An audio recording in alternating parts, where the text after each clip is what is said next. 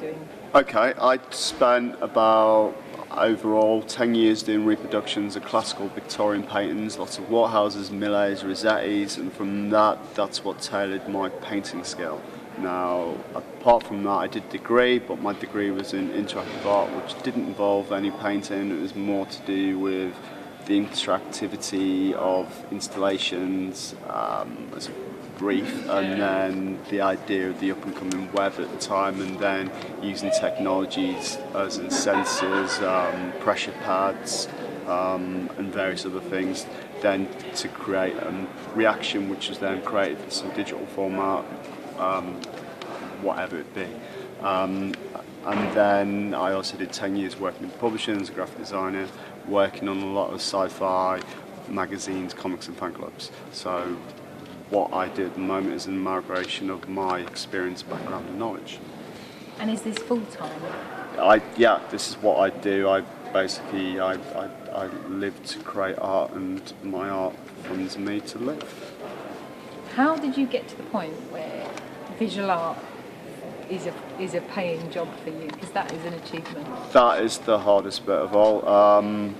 I've managed to kind of get by over the years and managed to kind of get a small income from it, but every time I've made something from it, I've then reinvested it back in itself and gradually developed it and developed it and developed it. But I mean, where I am at the moment, I took time out after trying other experiments. I tried a lot of photographic stuff and a lot of CGI, optical patterns, and from that I found that in itself didn't have enough substancy in the fact that it wasn't tailored, it wasn't fine enough to then sell, and wasn't to a great enough standard to the work I'm producing now. But I did take a year out to create the body of work which works for me. So it's basically time in the press, in the actual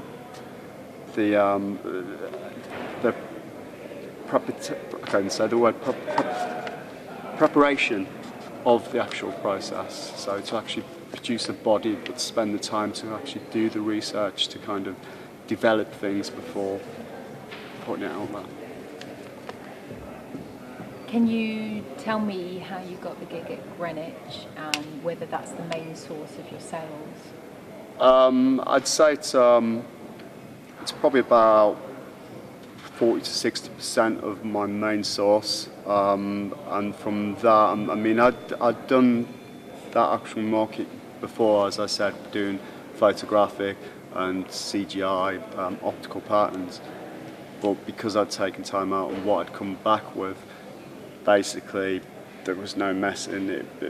I mean, you can go somewhere and you can say I have one image, but if you have more than one image and you have a body of work, it's got more substance, and therefore because it had substance, it kind of got me the position.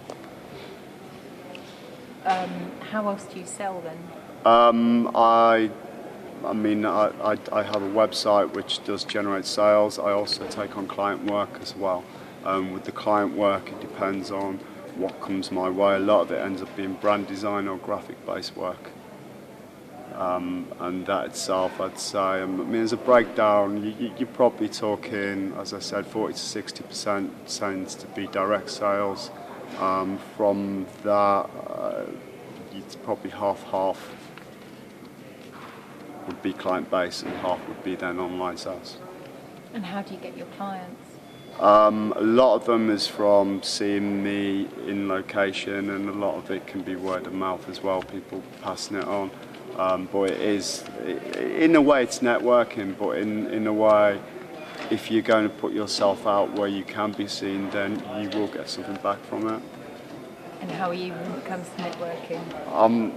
It's taken me years just to get to the stage where I could actually talk to people. But that's all part of it. You develop as you go along. I mean, a lot of it is kind of believing in what it is you produce. And if you don't believe, then you can't sell yourself. You've got to believe in what it is you're doing and just sticking at it. So what advice would you give for people that are trying to balance paying bread and butter work with their artistic stuff, which they might believe in, but they're struggling to get paid for? Is to build a nice body of work before taking the step to then then kind of point it out there to get it to make money, but you've got to do it in a gradual process. I mean, the main thing I've learned is to never run at anything, always prep everything as much as possible, and basically walk at it. If you run at things, you find that you make errors, you've misjudged things, and then you just throw money away. Are you a natural planner? I think so. Probably OCD at times. But I think that's important to plan things. I mean, for the last few years, I mean, with any project now, I will cost it fully. I'll work out my P&Ls first. I mean, with a lot of client-based, Could you say work. what P&Ls are? 'Cause Profits and loss. But with a lot of client work nowadays, I'll sit down, I'll work on my P&L. When I worked in publishing for one of the companies I worked for, you had to keep timesheets. Now this was something I thought ludicrous. It's like, why should I keep timesheets? I'm on an annual salary. Why do I need to break it down? Why do I need to declare every 15 minutes of my time here? But to tell you the truth, with any project and to start off with, if you keep a timesheet of how long it takes you, then you find that it's easier to cost jobs as you go along. And always kind of when you're costing anything, it's always a case of working out your time and your materials and always put it at the top end, which then gives you kind of areas for kind of if you run over or if then there's bickering with the client with the job. What would be your key advice on getting paid on dealing with clients in financial matters?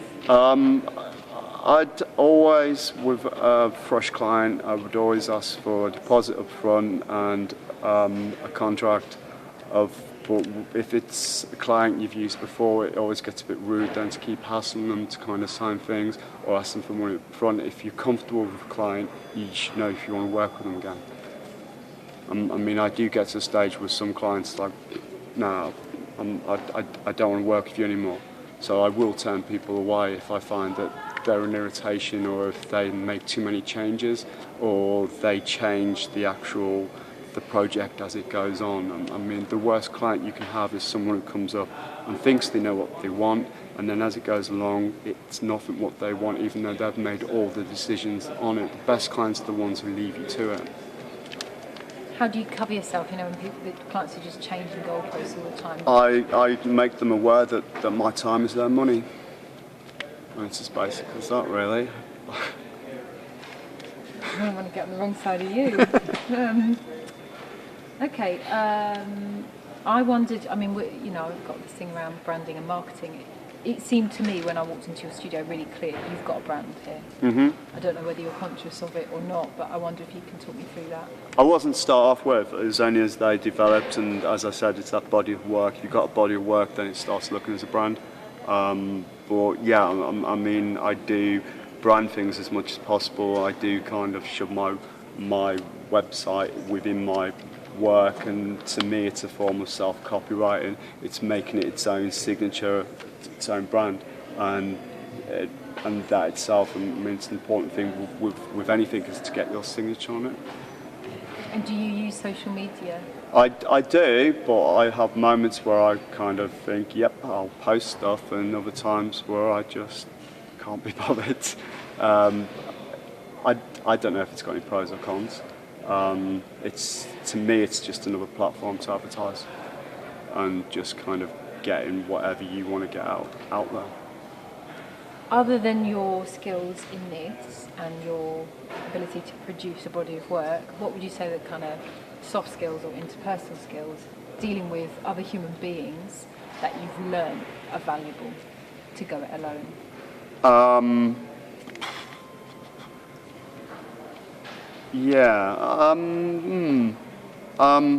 mean, on an initial front, I mean, I always find to make myself seem lower than the person who I'm dealing with. I never like to go in looking like I'm above that person, like I'm sat on some type of pencil and that I'm more important than them.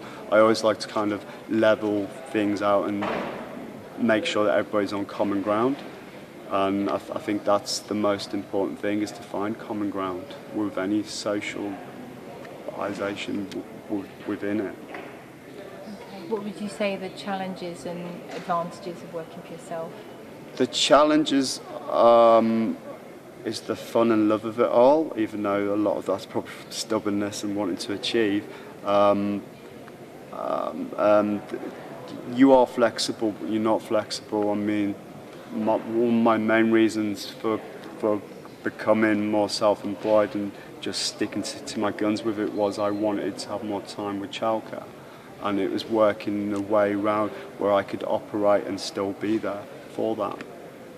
So it gave me that opportunity more than anything. I mean, initially when I left publishing, I had started to arrange for working as a freelancer, but I mean, the main thing I've found in life is that you can only rely on yourself and not actually rely on anybody else, as in the sense of if you want a job doing, just do it. I did have one more question, because you're answering really quick, so I'm running out of questions. But Talk too fast. what was it? Just around,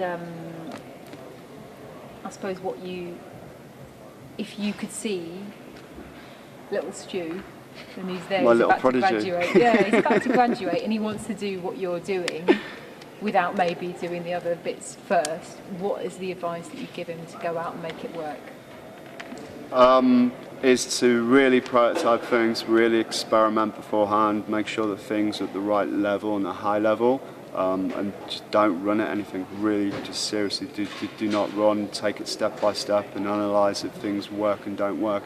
And even though some days things don't work, maybe it wasn't the right place or the time for it, everything you can learn from it, but you can use it somewhere else.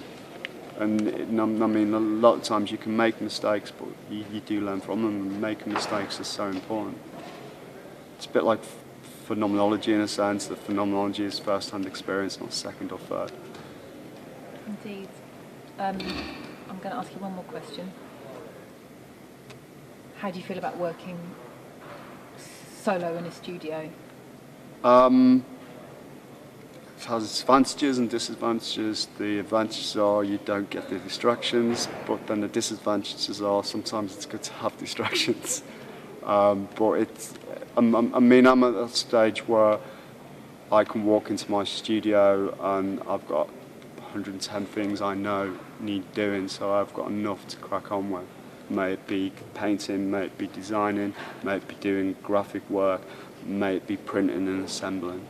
But I've always got stuff to do. I mean, I can sit down every morning, or every Monday morning, I can make a list of what needs doing that week.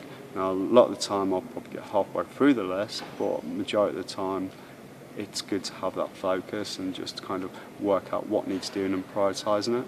And I think prioritisation is the main thing as well. It's making sure you know what needs doing in what order. Are you quite disciplined and methodical? Yeah, I'd say I am. It's something I've always maintained, and it's that in itself. It's a discipline, or maybe it's a stubbornness, trying to prove myself. But yeah.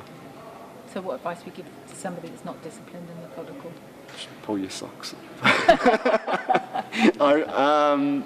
I don't know. I mean, if you need to be disciplined on the day, you need to make sure that you're doing something. I mean, I know personally myself, if I don't do something creative every day, I do feel down. I don't feel whole within myself, and I think that's one of the main things. It's that kind of feeling that you've achieved something every day, and that itself is what keeps you going.